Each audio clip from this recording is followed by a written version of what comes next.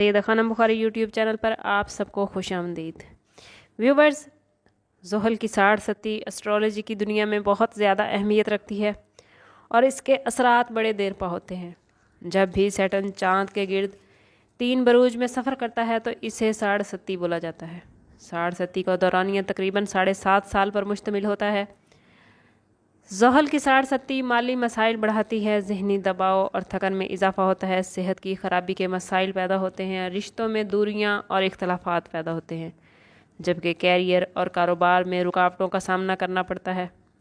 Saturn کی 60 زیادہ صبر اور زیادہ محنت کرواتی ہے۔ ہر شخص کو زندگی میں ایک مرتبہ سخت ترین 60 کا سامنا کرنا پڑتا ہے اور عام طور پر 60 والے ٹائم پیریڈ کے دوران اس سے متاثر افراد کو زندگی کے بڑے بڑے لاسز کا سامنا کرنا پڑ سکتا ہے۔ وہ لاسز فائنانس کے حوالے سے بھی ہو سکتے ہیں اور رشتوں کے حوالے سے بھی۔ سیٹرن کی اس نحوست کو کم کرنے کے لیے ضروری ہے کہ ذکر اذکار کیے جائیں، کالے کپڑے اور کالے تلوں کا صدقہ دیا جائے اور جتنا ہو سکے خود کو اللہ کے قریب کریں۔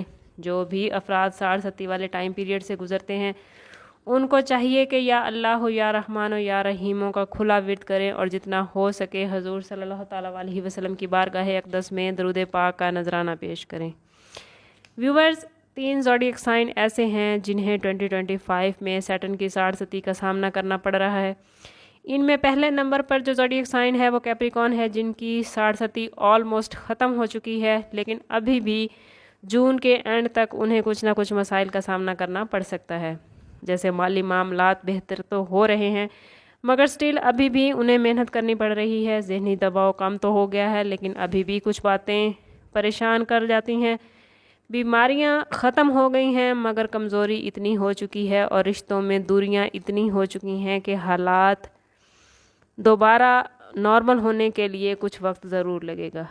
دوسرا زوڈیک سائن جو 2025 میں سیٹرن کی 60 سے متاثر ہو رہا ہے وہ ہے ایکویریس۔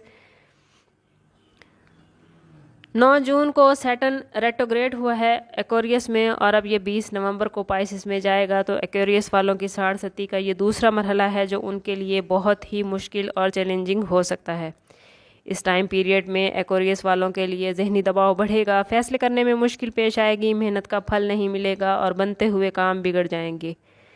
ملازمت جا بھی سکتی ہے اور کاروبار میں بڑے نقصانات ہو سکتے ہیں۔ کوشش کریں کہ ذاتی برتھ چارٹ کی مدد سے اپنے لیے وظائف اور صدقہ حاصل کریں تاکہ سیٹرن کی نحوست سے بچ سکیں۔ تیسرا زوڈیک سائن جو سیٹرن کی اس 60 سے متاثر ہو رہا ہے وہ ہے پائسس یعنی برج حوت۔